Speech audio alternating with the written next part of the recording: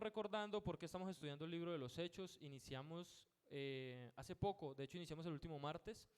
Decidimos abordar el libro de los Hechos porque estamos haciéndonos pregunta de cara a lo que somos. ¿Y qué somos? Iglesia. Entonces dijimos, bueno, si queremos responder preguntas desde la perspectiva, desde el punto de vista de la iglesia, ¿a dónde vamos? Pues sería bueno ir al libro de los Hechos, ya que allí nace esta institución llamada iglesia y nacen estos que posteriormente se le iban a llamar cristianos, con los cuales nosotros nos identificamos hoy en día. En el libro de los Hechos es donde por primera vez se le llama a este grupo de personas cristianos y es donde nace la iglesia del Señor. Entonces por eso es que el libro de los Hechos nos ocupa en este momento, en esta tarde, ¿sí? Empezamos diciendo en el capítulo 1 una serie de cosas que Jesús le dijo a sus discípulos. Recordarán los que estuvieron conmigo, me ayudan a recordar. Dijimos que Jesús les prometió ser bautizados por el Espíritu Santo en primer lugar. En segundo lugar, les dio la tarea de ser testigos, y me seréis testigos en Jerusalén, en Judea, en Samaria y hasta lo último de la tierra. Y dijimos que eso es algo muy interesante porque tiene que ver con nuestra identidad. O sea, Él no dijo, ustedes van a testificar. Él dijo, ustedes seréis testigos. Es decir, tiene que ver con lo que son. Seréis es el verbo ser conjugado de una forma obsoleta, ¿no? Que no utilizamos ya. Pero hace referencia a lo que nosotros somos. Seréis testigos. Testificar es la acción, ¿sí? Curiosamente, hay unos entonces que testifican, pero no quiere decir que sean testigos. Y de otro lado podemos decir que hay unos que sí son testigos, pero no necesariamente hacen la acción de testificar, ¿sí? Entonces estábamos pensando en eso, Él nos hizo testigos. Y como somos testigos, la acción es testificamos. Y estuvimos pensando en dónde, cómo, cuándo, hicimos varias preguntas allí. El día de hoy vamos a abordar entonces el capítulo 2, versículo 1. No sé si al hermano le queda muy difícil estar jugando con la diapositiva y la palabra del Señor. Podemos entonces pasar aquí a la escritura, capítulo 2, versículo 1, leo en favor de ustedes. Dice, cuando llegó el día de Pentecostés, estaban todos unánimes juntos, y de repente vino del cielo un estruendo como de un viento recio que soplaba, el cual llenó toda la casa donde estaban sentados, y se les aparecieron lenguas repartidas como de fuego, asentándose sobre cada uno de ellos, y fueron todos llenos del Espíritu Santo y comenzaron a hablar en otras lenguas, según el Espíritu les daba que hablase. Moraban entonces en Jerusalén judíos, varones piadosos de todas las naciones bajo el cielo. Y hecho este estruendo se juntó la multitud y estaban confusos, porque cada uno les oía hablar en su propia lengua, y estaban atónitos y maravillados, diciendo, mirad, ¿no son galileos todos estos que hablan? ¿Cómo pues les oímos nosotros hablar cada uno en nuestra lengua en que hemos nacido? Partos, medos, helenistas y los que habitamos en Mesopotamia, en Judea, en Capadocia, en el Ponto y en Asia, en Frigia, en Panfilia, en Egipto, en las regiones de África, más allá del Cirene, y romanos aquí residentes, también judíos como prosélitos, cretenses y árabes, les oímos hablar en nuestra lengua las maravillas de Dios. Y estaban todos atónitos y perplejos, diciéndose unos a otros, ¿qué quiere decir esto? Mas otros burlándose decían, están llenos de mosto. Entonces Pedro, poniéndose en pie con los 11, alzó la voz y les habló diciendo, varones judíos y todos los que habitáis en Jerusalén, esto os sea notorio y oíd mis palabras, porque estos no están ebrios como vosotros suponéis, puesto que es la hora tercera del día. Mas esto es lo dicho por el profeta Joel. Y en los postreros días, dice Dios, derramaré de mi espíritu sobre toda carne, y vuestros hijos y vuestras hijas profetizarán, vuestros jóvenes verán visiones, y vuestros ancianos soñarán sueños. Y de cierto sobre mi siervo y sobre mis siervas en aquellos días derramaré mi espíritu, y profetizarán. Y daré prodigios arriba en el cielo y señales abajo en la tierra, sangre y fuego y vapor de humo. El sol se convertirá en tinieblas y la luna en sangre, antes que venga el día del Señor grande y manifiesto. Y todo aquel que invocare el nombre del Señor será salvo. Tenemos aquí entonces un relato, hermanos, un poco largo, muchas cosas sucediendo, bastante extenso. Y yo quiero pedirles permiso a ustedes, porque, no sé, creo que lo han notado, es evidente para ustedes. La forma en la que quiero direccionar mis predicaciones creo que no son el modelo normal de predicación, ¿sí? Me interesa más hacer con ustedes una especie de estudio bíblico y que juntos de la mano nos adentremos en el texto y veamos qué es lo que el Señor quiere decir para nosotros. Sé que es un ejercicio que demanda de ustedes mayor atención, pero me gusta porque así no se pueden dormir, así tienen que estar atentos. Y me parece que hallamos de forma más precisa lo que la Escritura quiere decir, ¿sí? Entonces quiero tomar este texto para hacer hoy con ustedes ese ejercicio. De alguna manera también con la intención en mi corazón de invalidar o desautorizar esa práctica de llegar al texto y decir, esto significa que es una práctica muy evangélica, debemos reconocer. Que llegamos al texto, pasamos y decimos, sí, claro, hermano, ya lo hemos leído. Eso significa que ese día pasó y ese día esto, y eso significa esto y significa lo otro. Y interpretamos de una pasando por el texto. Y olvidamos, mis hermanos, que cuando uno interpreta, antes de eso hubieron unos pasos que tuvieron que darse, ¿sí? No solamente con la palabra del Señor, con cualquier comunicación. Y por eso a veces podemos llegar a tener problemas. No sé si les ha pasado que yo dije algo y el hermano dijo otra cosa y entonces yo tengo que decir, hermano, eso no fue lo que yo dije o eso no fue lo que yo quise decir. Quiere decir que entre lo que yo digo y lo que yo quise decir hay un largo camino, ¿sí? Eso es interpretación. Y cuando surgen esos problemas, el otro se enoja y entonces el hermano se disgustó conmigo y entonces él malinterpretó lo que yo dije y se terminaron diciendo un montón de cosas que no eran mi intención. Lo mismo pasa con la Escritura. Y las mismas cosas deberíamos nosotros hacer con la Escritura. Antes de pasar por un texto y decir, esto lo que quiere decir es, deberíamos hacer el ejercicio de observar primero. Entonces, para observar, hacemos unas preguntas, podemos pasar a las diapositivas. Cuando uno suele observar el texto, empieza a hacerle preguntas al texto, se llaman preguntas observativas, ¿sí? Y nos ayuda a entender qué es lo que está pasando allí. En primer lugar, entendemos, mis hermanos, qué es lo que estamos leyendo. El texto empieza diciendo así: cuando llegó el día de Pentecostés, estaban todos unánimes juntos y de repente vino del cielo un estruendo como un viento recio. ¿Qué creen ustedes que estamos leyendo acá? Por la forma en que está escrito, nosotros sabemos que estamos leyendo aquí una narración, ¿sí? Esto es un suceso de eventos, se nos está contando algo que pasó. Ya desde ahí estamos empezando a observar, venga, ¿qué estoy leyendo yo? Estamos leyendo un relato narrativo. Aquí me están contando ¿qué? Lo que está pasando. Esto es muy importante porque aquí no se nos están presentando argumentos. Aquí no se están presentando doctrinas, simplemente te están contando qué pasó. Y digo que es muy importante ya tenerlo en cuenta porque muchos empiezan a decir, mire, aquí nos están contando qué pasó, o sea que esto es lo que nosotros tenemos que hacer. Venga, ¿cómo así que tenemos que hacer? Es que ahí no le está diciendo usted qué tiene que hacer, le están contando un relato, ¿sí? Después van a haber argumentos, después vamos a encontrar doctrina en otros apartes de la Escritura, pero aquí estamos leyendo un relato. Aquí lo que se está narrando es una serie de sucesos, no nos están diciendo qué tenemos que hacer. Entonces, venga, es que por allá en el libro de Hechos, el apóstol Pablo creyó en Jesucristo y quedó ciego. Entonces nosotros cada que creemos en Jesucristo tenemos que quedar ciegos. ¿Sí? No. Estamos hablando de un relato, me están contando qué pasó. Estoy leyendo una narrativa, no estoy leyendo argumentos, no estoy leyendo doctrina, no estoy leyendo nada de eso. Entonces, con eso en mente, sabiendo que lo que se nos está explicando es una serie de sucesos, un relato, empecemos con la primera pregunta que se le hace al texto y es esta que está aquí. Avancemos, por favor. ¿Cuándo? ¿Cuándo? Estamos haciendo preguntas de observación, ¿sí? Y uno hace esa pregunta y ¿qué responde el texto? Es decir, cuando estamos preguntando cuándo, lo que queremos buscar es fechas, queremos buscar horas, queremos buscar tiempo, ¿no? Es decir, ¿cuándo pasó este suceso que yo estoy leyendo? Porque estamos leyendo una narrativa, ¿cuándo sucedió eso? ¿Sí? ¿Qué dice el texto cuando le preguntamos al texto? Versículo número 1, cuando llegó el día de Pentecostés.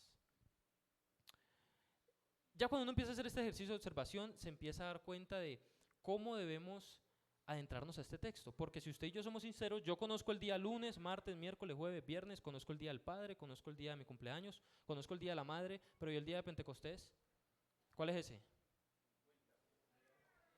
Entonces ya me hace investigar y usted y yo tenemos que entrar. Venga, ¿cómo así que cuando llegó el día de Pentecostés? ¿Qué es eso? ¿Cómo así? ¿Qué está pasando aquí? Yo ese día no lo conozco. A mí no me criaron celebrando el día de Pentecostés. Entonces, averiguando, y ya cuando empezás a estudiar y te sumergís, te vas a dar cuenta que hace referencia a una fiesta. Una fiesta que se hacía 7 semanas o 50 días después de la Pascua, también conocida como la fiesta de las 7 semanas. ¿Sí? La Pascua, ya si ve, uno va haciéndose más preguntas, entonces, ¿qué es la Pascua? Ya es un poquito más conocida para nosotros, hace referencia a esa fiesta que hacía el pueblo para recordar cuando estaban en Egipto y la plaga de la muerte que el Señor derramó sobre Egipto pasó por alto porque ellos habían asesinado a un cordero y puesto la sangre en el marco, en el dintel de la puerta, ¿sí? Entonces ellos celebraron la Pascua, 7 semanas después, 50 días, Pentecostés, esa palabra significa penta, es decir, 50. 50 días después se celebra ¿qué? El día de Pentecostés, la fiesta de las 7 semanas. Entonces estamos en ese día, 50 días después de que se celebró la Pascua. Pero, ¿cuál Pascua? O sea, ¿cuál fue la Pascua más cercana a este suceso que se celebró? Nuestro Señor Jesucristo, la noche que fue tomado, partió el pan, se los dio y les dijo, este es mi cuerpo, que por vosotros es partido. Tomó la copa, la dio de mano en mano y les dijo, esto es mi sangre. ¿Y esa noche que celebraron? La Pascua, ¿sí? Bajaron del aposento alto, fueron cantando salmos, Jesucristo es arrestado esa noche, después muere, está 3 días muerto y resucita, ¿sí? Esta es la Pascua más cercana que tenemos. Es decir, 50 días después a eso es que está sucediendo este evento. Pero vengan, porque empezamos en el capítulo número 1 de Hechos. Y el capítulo número 1 de Hechos, ¿cómo empezó? ¿Qué dijo Lucas? Verso 3. A quien también, después de haber padecido, se presentó vivo con muchas pruebas indubitables, apareciéndose durante ¿cuánto? 40 días. El día de Pentecostés se celebra a los 50. Sí estamos siguiendo la cuenta, ¿no? Quiere decir que este suceso sucedió ¿cuándo? 10 días después de que el Señor fuera levantado, ¿sí? El Señor se les aparece durante 40 días después de resucitado y empieza a hacer pruebas indubitables de que resucitó, es lo que dice Hechos. Y cuando se les aparece ya resucitado es que les dice, recibiréis poder cuando haya venido sobre vosotros el Espíritu Santo y me seréis testigos. Y mientras dice eso, se va. Lo leímos. Se levanta, una nube lo tapa de su vista y él se va, ¿sí? Es decir, el Jesús que está hablando aquí en Hechos es un Jesús ya resucitado. Es un Jesús que ya murió, ya estuvo muerto 3 días, resucitó y está hablando después de resucitado, ¿sí? Y antes de irse, sus últimas palabras durante estos 40 días de pruebas y señales, sus últimas palabras son, me seréis testigos. Y les está enseñando eso a los discípulos, y los discípulos están pensando, ¿y el reino de Jerusalén? Ahí tiene mucho más sentido el descontento de Jesús, ¿no? Venga, pero es que me están viendo resucitado, me voy a ir, mis últimas palabras son, venga, tengo una tarea para ustedes, van a ser testigos. Y ellos están pensando, sí, pero ¿y el reino de Jerusalén cuándo? Por eso Jesús les dice, a ustedes no les importa eso. El tiempo y las sazones a ustedes no les incumbe, ¿sí? Entonces, miren todo lo que sacamos aquí del cuándo. ¿Cuándo pasó eso? Día de Pentecostés. 10 días antes Jesús había sido tomado y había sido alzado al Padre. Entonces, ahí pasó ese momento. Siguiente pregunta, ¿podemos volver a la diapositiva? La siguiente pregunta que nos hacemos es ¿dónde? Y cuando preguntamos dónde, estamos haciendo referencia a un lugar, el escenario donde se desenvuelven las cosas.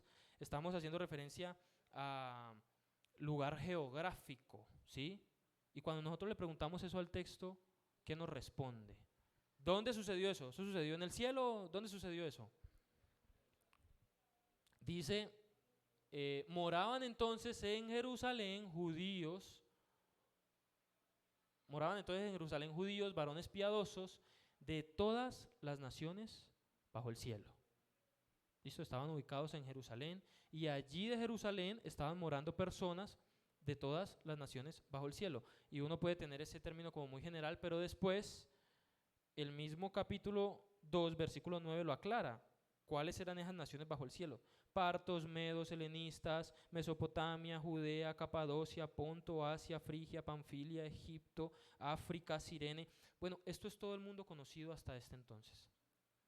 Y habían personas de todo el mundo conocido hasta este entonces allí. Quiere decir que tenemos dos grupos. El que está reunido en el aposento alto, que son 11, ¿sí? Y los que están ahí alrededor, que no están con ellos en el aposento alto, pero están allí cerca, ¿no? Y están en Jerusalén. Allí sucedió el suceso. La siguiente pregunta que hacemos es, ¿quién? Es la tercera pregunta que hacemos, ¿quién? Y cuando preguntamos quién, lo que estamos buscando son personajes, ¿cierto? ¿Cuáles son los personajes de esta historia? ¿Quiénes son los encabezados de esta historia? ¿Quién está participando? Entonces dice aquí el texto, cuando hacemos esa pregunta, estaban unánimes juntos, moraban entonces en Jerusalén judíos, varones piadosos de todas las naciones, habían partos, medas, helenistas, como ya lo vimos. Habían personas de todas partes del mundo conocido en este entonces, ¿sí? Que cuando escucharon el estruendo, como nosotros cuando escuchamos un ruido y, uy, bueno, ¿quién se estrelló? ¿Qué pasó? Cuando escucharon el estruendo, llama su atención y llegan allí a ver qué era lo que estaba pasando. Entonces, eso es lo que buscamos cuando buscamos quién y dónde. También es importante recordar, hermanos, que cuando leemos que los sucesos se dieron en Jerusalén, debemos recordar inmediatamente lo que Jesús les había dicho, capítulo 1. Esperen, quédense en Jerusalén hasta que venga ¿qué? El Espíritu Santo, porque Él les dijo, Juan bautizó con agua, es decir, Juan empapó, mojó las personas, ¿sí? Con agua, pero ustedes van a ser bautizados con el Espíritu Santo. Es decir, aquí, pensando en el lugar y en quiénes, nos damos cuenta que el Señor está cumpliendo su palabra, su promesa. Él les dijo, quédense aquí mientras venga el Espíritu Santo dentro de no muchos días. ¿Y han pasado cuántos? 10, no muchos días, ¿no? El Señor está cumpliendo su palabra. Después de esto preguntamos, la cuarta pregunta es, ¿qué? El qué, mis hermanos, estamos buscando el centro de la lectura, el nudo, el problema, la esencia, ¿sí? Es lo grueso del pasaje que estamos leyendo. El qué entonces es un poquito más largo. ¿Qué pasó este día? ¿Qué pasó en este suceso? Bueno, pasó un suceso súper extraño y súper único en la historia de la iglesia. Vamos a leerlo. Dice versículo 2, y de repente vino del cielo un estruendo como de un viento recio que soplaba, el cual llenó toda la casa donde ellos estaban sentados, y se les aparecieron lenguas repartidas como de fuego, asentándose sobre cada uno de ellos, y fueron todos llenos del Espíritu Santo, y comenzaron a hablar en otras lenguas, según el Espíritu les daba que hablasen. Estaban allí reunidos. ¿Quiénes estaban reunidos allí? Los 11 y un grupo de mujeres, ¿no? Que ya nos dijo en el capítulo 1. Y hubo un sonido, dice, vino del cielo un estruendo como un viento recio que soplaba. Cuando estamos leyendo narrativa es muy importante, por ejemplo, prestar atención a cómo el escritor está presentando las cosas. Es decir, hay cosas que nosotros entendemos literales aquí, como por ejemplo, de repente.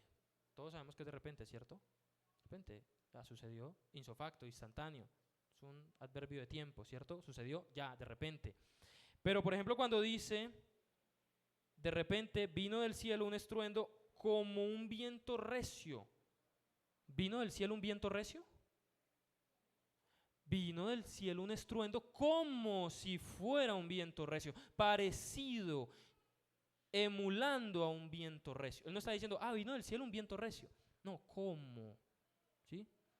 cuando yo digo, no, yo corro como un tigre. ¿Qué estoy diciendo? Una comparación, ¿no? Vino del cielo como un viento recio, el cual llenó toda la casa donde estaban sentados, y se les aparecieron lenguas repartidas como de fuego. Entonces no es que, llegaron lenguas de fuego y entonces les alumbraba, no sé si los han visto, les alumbraba fuego en la cabeza y empezaron a hacer cosas increíbles. Lenguas como de fuego. El relato es claro, no está diciendo que llegaron lenguas de fuego, está haciendo una comparación del suceso, de lo que está viendo, y lo asemeja a algo, ¿sí? Entonces es muy importante cuando estamos leyendo este tipo de relatos tener cuidado a estas cosas, porque dice que estas lenguas, versículo 3, se les aparecieron lenguas repartidas como de fuego, asentándose sobre cada uno de ellos, y fueron llenos del Espíritu Santo y comenzaron a hablar en otras lenguas, según el Espíritu Santo les daba que hablasen. Empezaron a hablar en otros idiomas, otros dialectos. Avanzamos más porque en este relato narrativo Lucas fue muy explícito en este suceso. Por lo raro del suceso, imagino que él se preocupó por dejarlo muy claro. Y dijo, verso 6, y hecho el estruendo, se juntó la multitud y estaban confusos porque cada uno les oía hablar en su propia lengua. Es decir, estos que estaban afuera entendían lo que estaban diciendo. Llegaron y, bueno, pero ¿cómo así que él está hablando en mi idioma, sabiendo que yo soy de, ya vimos, África, Arabia, Cirene, Panfilia, lo que sea, Ponto, de donde sea? ¿Cómo es posible que este está hablando mi idioma? Es decir, estaban hablando idiomas reales, audibles, entendibles, idiomas con una estructura gramatical definida. No es que estaban hablando cosas raras, porque ellos lo entienden, ¿sí? No es que estaban hablando y que allá va la bala y que saca la bala. No, nada raro, nada de cosas inteligibles. Estaban hablando un idioma, ¿sí? Nada que se estaban ahí tirando en el piso y revolcando si se cayó una multitud. No, estaban hablando un idioma entendible. Por si ese versículo no fuera lo suficientemente explícito, Lucas sigue hablando en el versículo correcto, en el 8, sigue diciendo, ¿cómo pues les oímos nosotros hablar cada uno en nuestra qué? En nuestra lengua en la que hemos nacido. Y da la descripción de todos ellos. Quería llegar al versículo más abajo, ya, verso 11. Cretenses y árabes les oímos hablar nuestras lenguas. ¿Qué les oían hablar? Las maravillas de Dios, no cosas indescifrables. No les oían hablar cosas esotéricas, adivinanzas, misterios, cosas extrañas. ¿Qué les oían hablar? Las maravillas de Dios. ¿En qué? En su idioma en el cual habían nacido. ¿Sí? No está, es muy claro el relato. No está hablando aquí de ese enredo, dialectos raros o cosas inteligibles o que estaban susurrando o profetizando. Estaban hablando las maravillas de Dios en un idioma entendible. Seguimos en la diapositiva, por favor.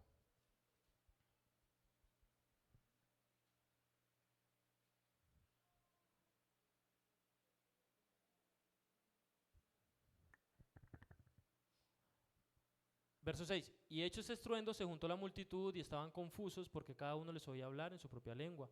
Y estaban atónitos y maravillados, diciendo, mirad, ¿no son galileos todos estos que hablan? ¿Cómo pues les oímos nosotros hablar cada uno en la lengua en la que hemos nacido? Y continuamos. Y los cretenses y los árabes todos les oían hablar las maravillas de Dios. Después de dejar el qué fue lo que pasó allí, qué fue lo que sucedió en esa narrativa, uno hace una pregunta más y es el ¿por qué? El por qué. Las personas que estaban allí reunidas dieron un por qué.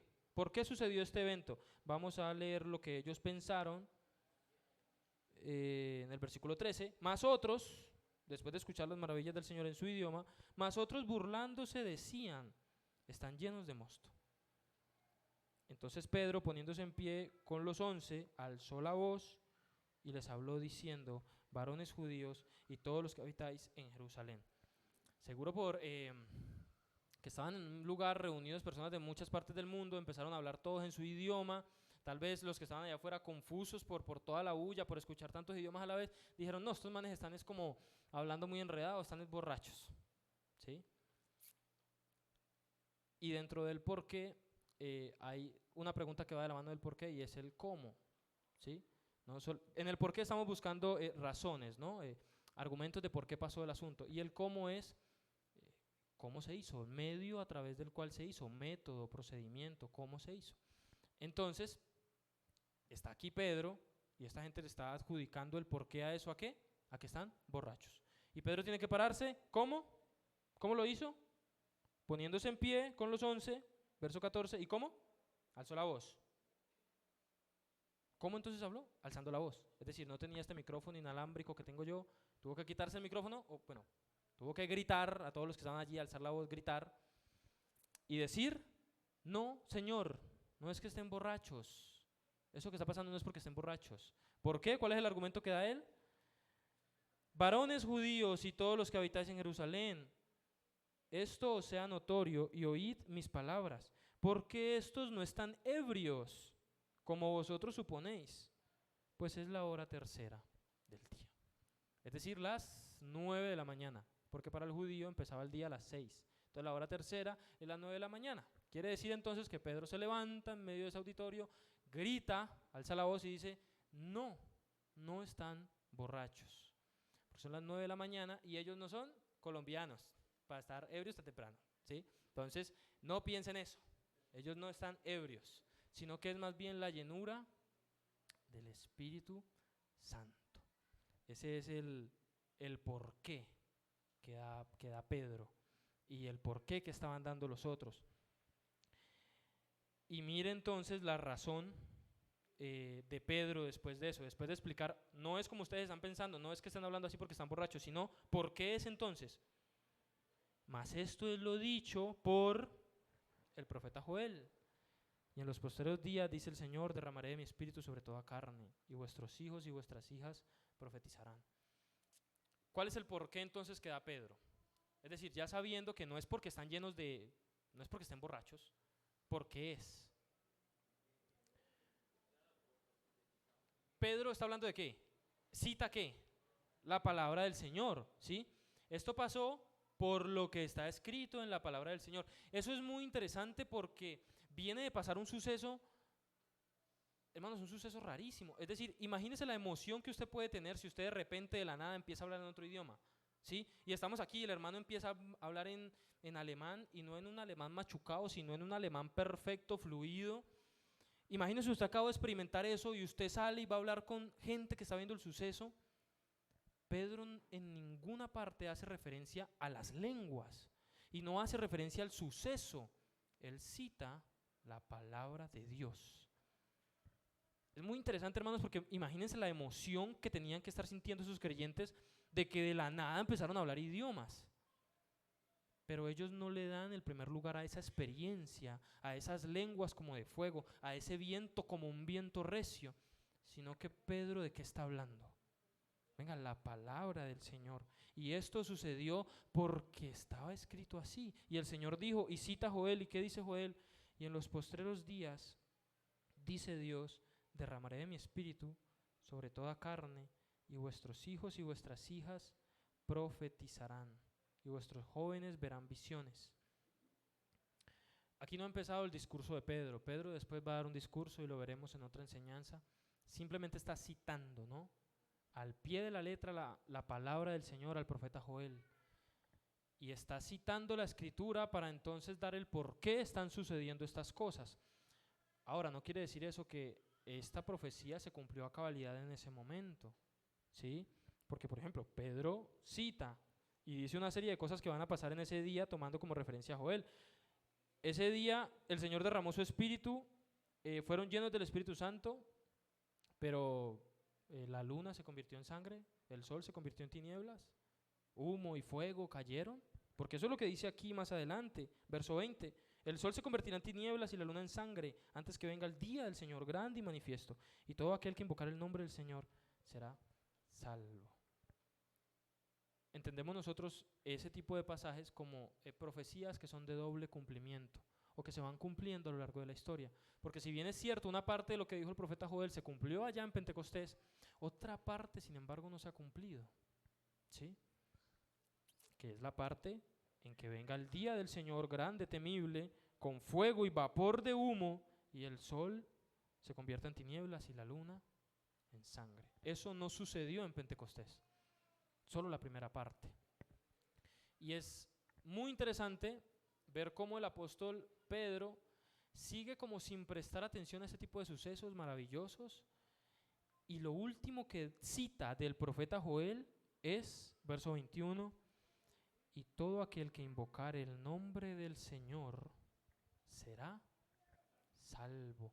¿Qué fue lo último que quedó retumbando en la mente de todo este auditorio multicultural, multiétnico, multilingüístico, si queremos llamarlo así? ¿Qué fue lo que quedó en sus mentes?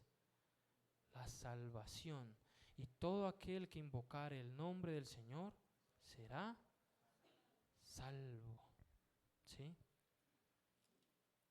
Fíjense cómo, mis hermanos, con este simple ejercicio, y quisiera que lo adopten para ustedes, cómo con estas simples preguntas uno puede acercarse al texto de manera más fiel y más confiado de qué es lo que está diciendo aquí el texto.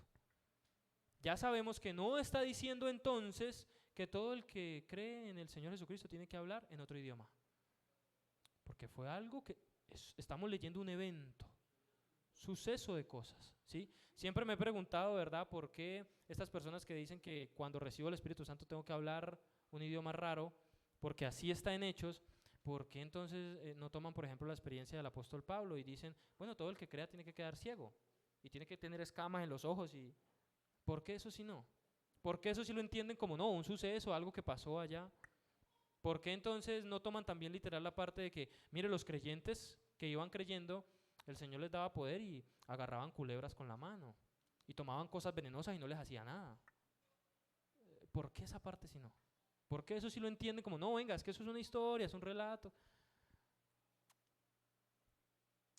Espero que haya quedado claro el asunto de cómo nos acercamos a los textos de la Escritura, mis hermanos. Es muy importante ver qué es lo que estoy leyendo, entender qué es lo que se me está diciendo, para así también cuando entienda cosas que me competen a mí como iglesia, a mí como hijo, a mí como esposo, pueda entenderlas. Venga, es que aquí se me está presentando un argumento, ¿sí?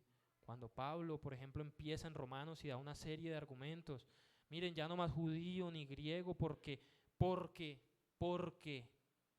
son argumentos? ¿Por qué se dan las cosas? Una vez, mis hermanos, haciendo este ejercicio y con, digamos, la seguridad que da hacer este ejercicio de observación, podemos entonces empezar a sumarle cosas, ahora sí, a lo que nos está ocupando como congregación, ¿sí? Y ya vimos que somos testigos. El Señor nos hizo testigos, es nuestra identidad, ¿sí? Y eso que somos debe verse reflejado en lo que hacemos. ¿Y qué hace un testigo? Testifica. ¿Cómo dijo Jesús que testificábamos? En Jerusalén, en Judea, en Samaria. Entonces, hermanos, eso quiere decir que todos nosotros nos inscribimos ahora en misiones, y todos nosotros nos vamos a una tribu, y todos nosotros nos vamos para la franja de Gaza a predicar. ¿Quiere decir eso? No, el Señor va a levantar gente que va a ir allá, ¿sí? Y el Señor está trabajando y levantando siervos que van a ir allá y van a testificar de su obra acá. Pero usted es testigo en su primer entorno, en su Jerusalén, en Judea, en Samaria y en lo último de la tierra. Y lo que queremos sumar a eso, mis hermanos, en esta tarde es que no solamente fuimos hechos testigos, sino que recibimos el poder para testificar, ¿sí? Les pregunto, ¿podemos decir eso con base a todo lo que ya hemos visto del texto? ¿Les parece que acopla con todo lo que vimos ese término que estamos diciendo? ¿Recibimos el poder de testificar? Es decir, agrupando todas las preguntas que hemos respondido, ese Espíritu Santo que llegó en Pentecostés, 50 días después, 10 días después de la ascensión de Jesucristo, que vino con un suceso increíble en el que los creyentes hablaron un montón de lenguas, vino para quedarse, hermano. Ese día vino y desde ahí está en medio de nosotros.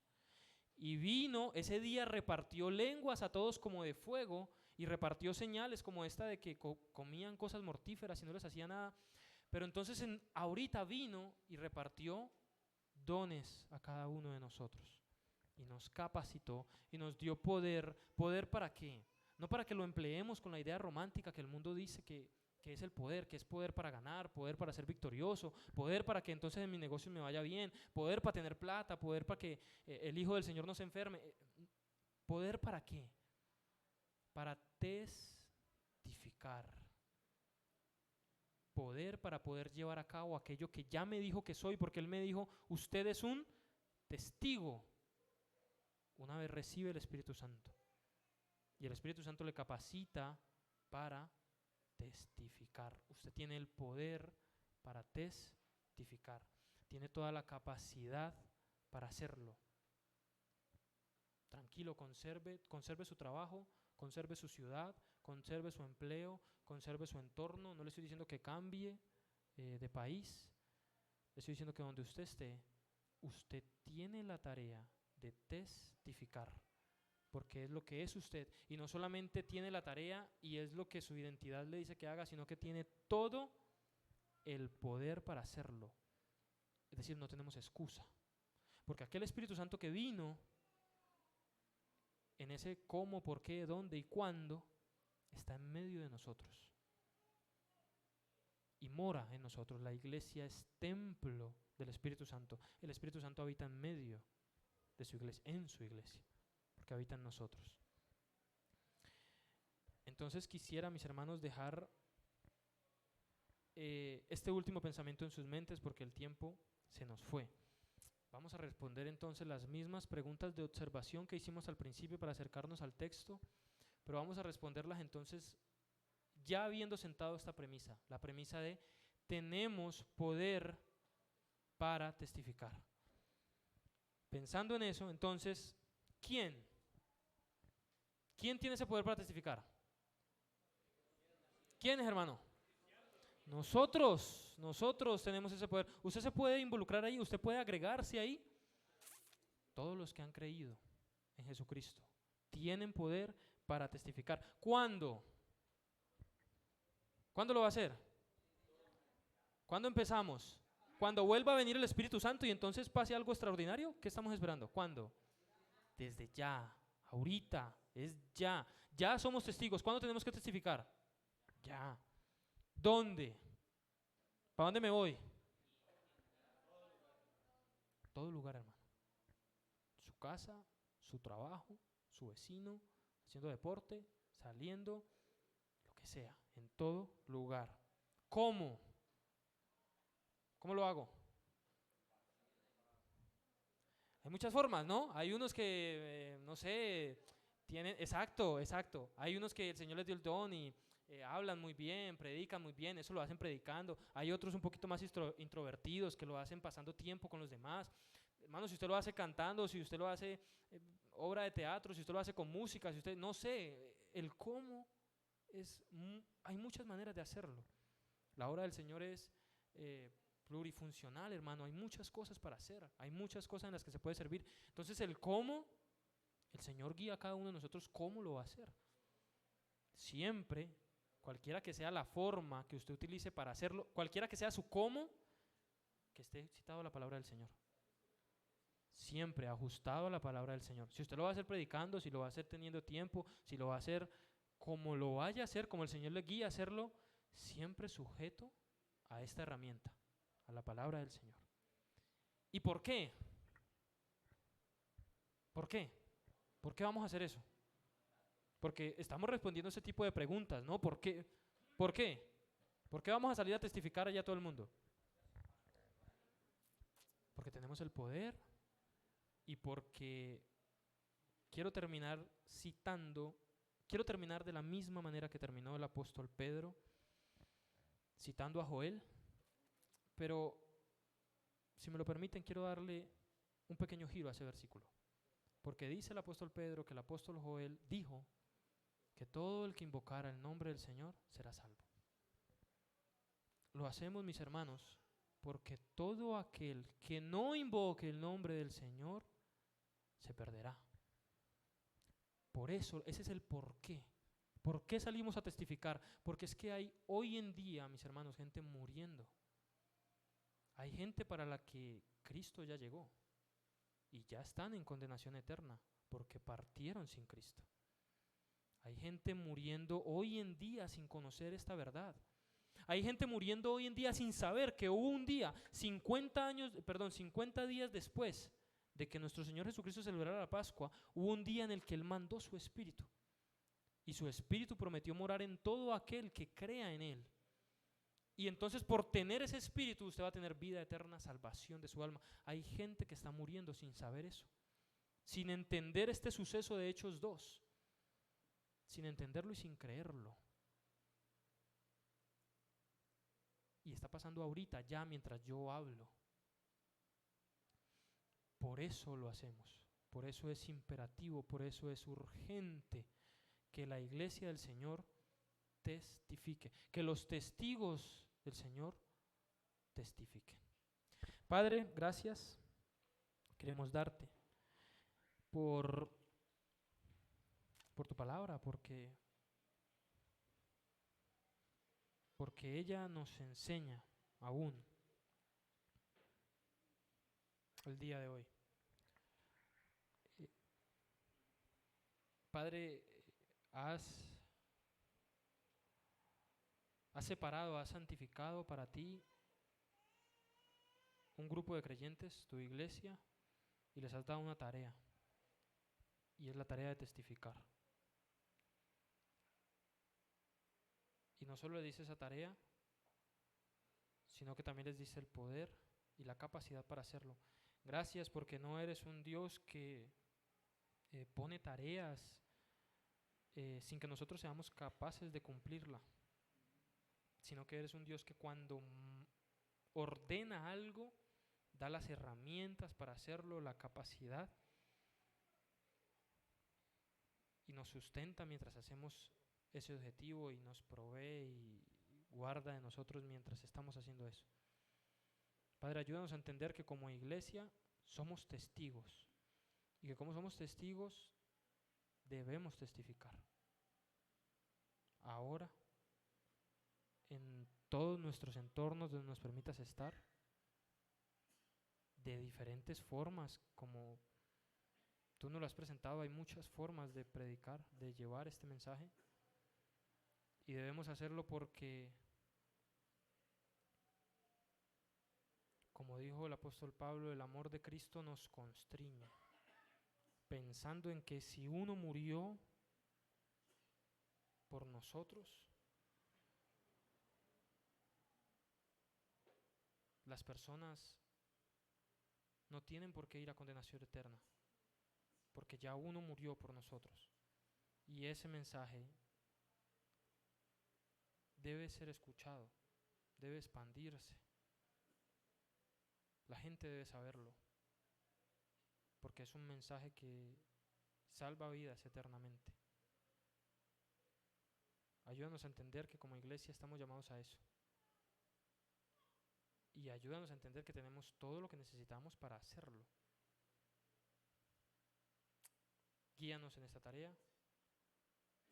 Nos presentamos delante de ti, aquí estamos. Dinos qué debemos hacer, cómo debemos testificar, cuándo, dónde.